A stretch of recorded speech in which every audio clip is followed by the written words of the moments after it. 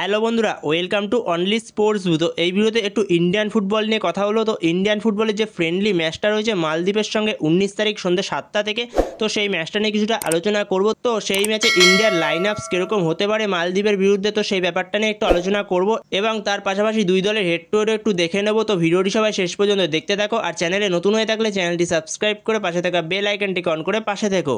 তো সেখানে যদি দুটো দলের হেড টু হেড দেখা যায়, তো সেখানে যদি ইন্ডিয়া এবং মালদ্বীপের হেড টু হেড দেখা যায়, তো সেখানে দুটো টিম মুখোমুখি হয়েছে মোট 14 বার। তো 14 বারের মধ্যে 9 বার জিতেছে ইন্ডিয়া, 3 বার জিতেছে মালদ্বীপ, আর 2 বার ড্র হয়েছে তাদের মধ্যে।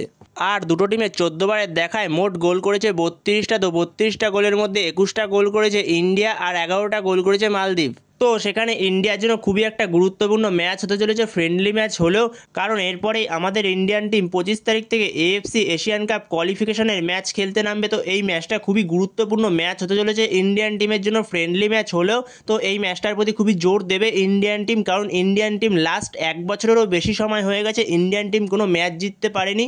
তো সেখানে এটা খুবই একটা লজ্জাজনক বিষয় যে প্রায় এক বছরের বেশি সময় হয়ে গেছে ইন্ডিয়ান টিম এখনও পর্যন্ত কোনো ম্যাচ জিততে পারেনি। তো সেই জায়গাতে ইন্ডিয়ান টিম লাস্ট ম্যাচ জিতেছিল 16ই নভেম্বর 2023 সালে ওয়ার্ল্ড কাপ কোয়ালিফায়ার্সের কুয়েতের সঙ্গে। কুয়েতের ঘরের মাঠে 1-0 গোলে ম্যাচ জিতেছিল লাস্ট ম্যাচ 16ই নভেম্বর 2023।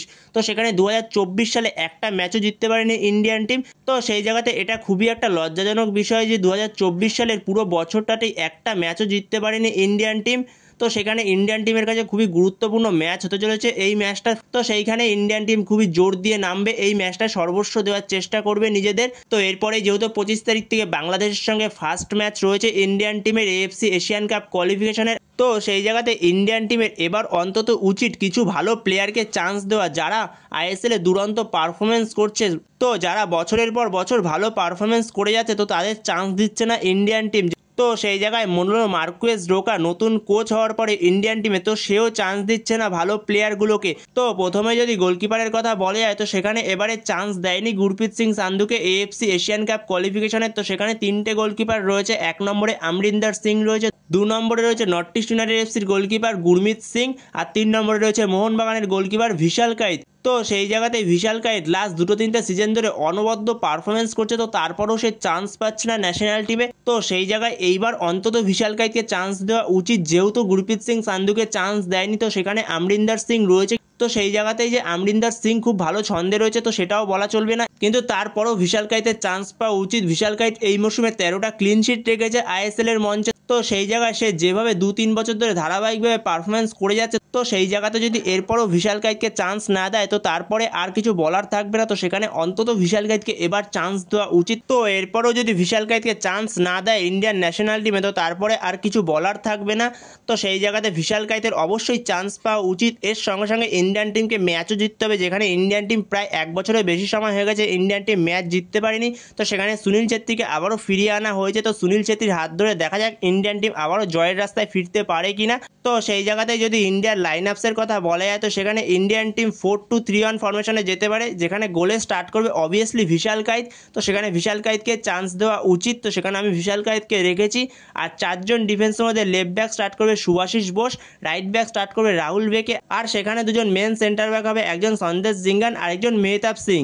আর সেক্ষেত্রে মাঝমাঠে স্টার্ট করবে আপুয়া। তো সেখানে আপুয়ার সঙ্গে স্টার্ট করতে পারে সুরেশ অথবা জিকসন। তো সেখানে দেখা যাক এই জায়গাটায় কে স্টার্ট করে, সুরেশকেও স্টার্ট করাতে পারে, জিকসনকে দিয়েও স্টার্ট করাতে পারে। তো সেই জায়গাতে মনোলো মার্কুয়েস রোকার হয়তো ফার্স্ট চয়েস সুরেশই হতে পারে। তো এছাড়া আপুয়া দুরন্ত পারফরমেন্স করেছে এই সিজনে মোহনবাগানের হয়ে মাঝমাঠে, তো অনবদ্য পারফরমেন্স করেছে আপুয়া। তো সেই জায়গাতে একটা বিদেশির মতো পারফরমেন্স করেছে বলা যেতে পারে প্রায় আপুয়া পুরো সিজনটা ধরে মোহনবাগানের হয়ে। তো দুরন্ত পারফরমেন্স, তো আগের সিজনেও সে ভালো পারফরমেন্স করেছিল মুম্বাই সিটি এফসির জার্সিতে।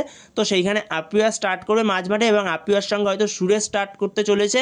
আর সেক্ষেত্রে দুদিকের উইং থেকে লেফট উইং থেকে লিস্টান ক্লাস ও রাইট উইং থেকে মানবীর সিং, আর মাঝখানে নম্বর 10 রোলে থাকবে ব্র্যান্ডন ফার্নান্ডেজ। তো সেখানে ব্র্যান্ডন ফার্নান্ডেজকে নম্বর 10 রোলে রাখবে অ্যাটাকিং মিডফিল্ডে, আর ওপরে একজন স্ট্রাইকার সুনীল ছেত্রী। তো এরকমই হতে চলেছে ইন্ডিয়ার লাইন আপসটা মালদ্বীপের বিরুদ্ধে।